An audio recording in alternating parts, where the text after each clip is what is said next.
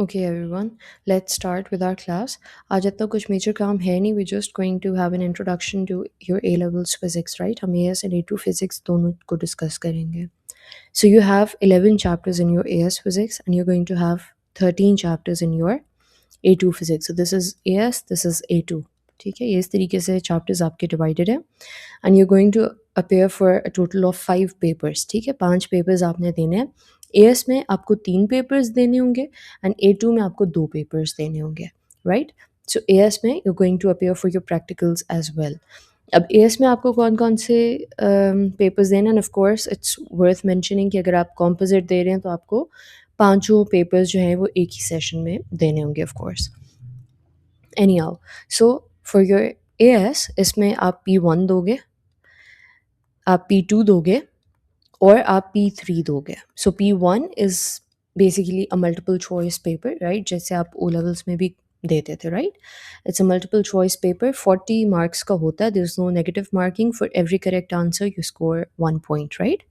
So this is of 40 marks and इसकी जो weightage है दैट्स अप्रॉक्सीमेटली 11.5%, राइट.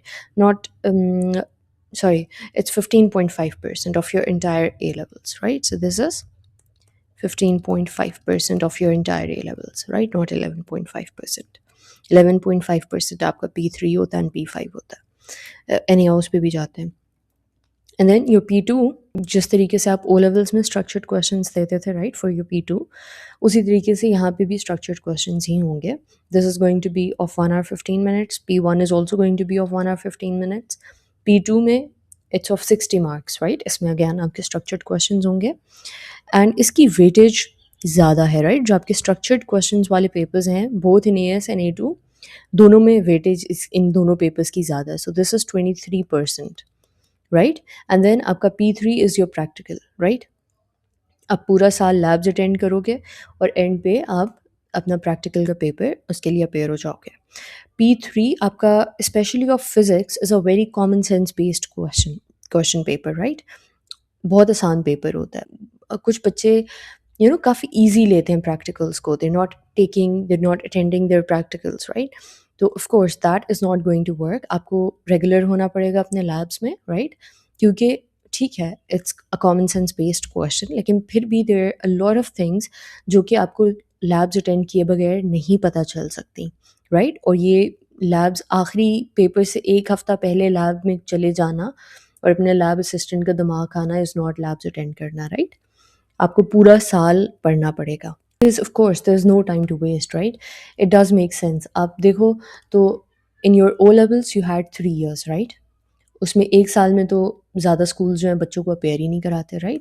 तो वो एक पूरा साल you just studying and you not appearing for anything. लेकिन in your A levels you have 2 years और दोनों सालों में आप पढ़ भी रहे हो and you are appearing for your exams as well, right. तो of course there is no time to waste. फिर P3 again is your practical. इसकी अब वेटेज होती है. अच्छा पहले तो मैं बता दूँ, P3 is of 40 marks, right. इसमें 2-3 क्वेश्चन आ जाते हैं आपके प्रैक्टिकल में and this is of 11.5% of your entire A levels, right. A2 में आपको 2 पेपर्स के लिए अपेयर होना पड़ता है, P4 एंड P5. और ये जो आपका P4 है ना, ये मैं कहती हूँ ये आपके ए लेवल्स का सबसे इम्पॉर्टेंट पेपर है, ठीक है. मैं आपको भी बताती हूँ ये क्यों इम्पॉर्टेंट है. चाहे वो आप केमिस्ट्री दे रहे हो या आप फिजिक्स दे रहे हो, right. P4 is the most important paper of your A levels. कैसे? क्योंकि इसकी वेटेज कितनी होगी? It's almost 40%, right? It's 38.5%. This is 40% of your entire A levels, right? Almost आपका आधा A levels is this P4, right? और P4 इन सारे chapter से आएगा, आपके A2 के कंटेंट्स में से आएगा. और फिर P5 आपका प्लानिंग एनालिसिस और इवैल्यूएशन का पेपर होता है. By the way for this you have 2 hours, right. इसमें ये आपका 100 मार्क्स का होता है. This is a lengthy paper. फिर P5 आपका आता है, दिस इज़ 1 hour 15 minutes का पेपर, 30 मार्क्स का होता है. This is also 11.5% of your entire A levels, right. P5 में इट्स लाइक ATP, राइट. जैसे आपने ATP अगर दिया होगा ओ लेवल्स में, तो this is like that ATP का paper, right. So like you are planning your experiments, you are planning stuff, right, और आप उसका एनालिसिस लिख रहे हो, आप उसकी इन्वेस्टिगेशंस लिख रहे हो कि उसमें एरर्स किस तरीके से कम होंगे. So it's a very lengthy question, right, जो प्लानिंग वाला स्पेशली आता है फिजिक्स में. It's a very lengthy question और उसमें बहुत सी चीज़ों को आपको केटर करना होता है.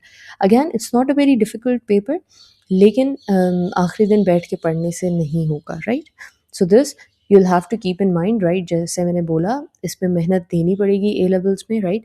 AS physics is easy, AS physics is not hard. A2 physics में अगर मैं आपको बताऊँ ना, तो ये क्वांटम से लेकर एस्ट्रोनॉमी एंड कॉस्मोलॉजी तक ये जो 4 चैप्टर्स हैं ये तो हैं ही प्योर मेमोराइजेशन बेस्ड, राइट. सो एएस में ऐसा है कि आप you're बिल्डिंग कॉन्सेप्ट्स, आप प्रैक्टिस करो, आपको चीज़ें याद हो रही हैं, ठीक है. Because there is not a lot of stuff to remember, to be very honest, ठीक है ना.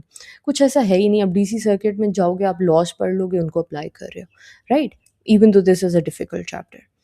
तो ऐसे ही है, राइट. लेकिन एएस में there is a lot of stuff to memorise, right, और फिर आपको आपको उसके कॉन्सेप्ट्स भी बिल्ड करने हैं और प्रैक्टिस भी करनी है. So this is a big jump, right, from O levels to A levels. But इंशाल्लाह इसकी हम एक तो टॉपिकल प्रैक्टिस करेंगे, राइट. सबसे पहले of course will build our concepts. Memorisation मैं आपको निमोनिक्स दूंगी, मैं आपको फ्लैश कार्ड्स बना के दूंगी, right. So will focus on memorisation. फिर हम टॉपिकल सॉल्व करेंगे और फिर हम पास्ट पेपर्स भी सॉल्व करेंगे, राइट. सो ये ऐसा नहीं है कि ओ लेवल्स में जैसे आप आखिरी 4 महीने में बैठ के पढ़ाई कर लो तो आपका ग्रेड आ जाएगा. That's not the case here in A levels, right. But इंशाल्लाह it will be all right and will be together in this.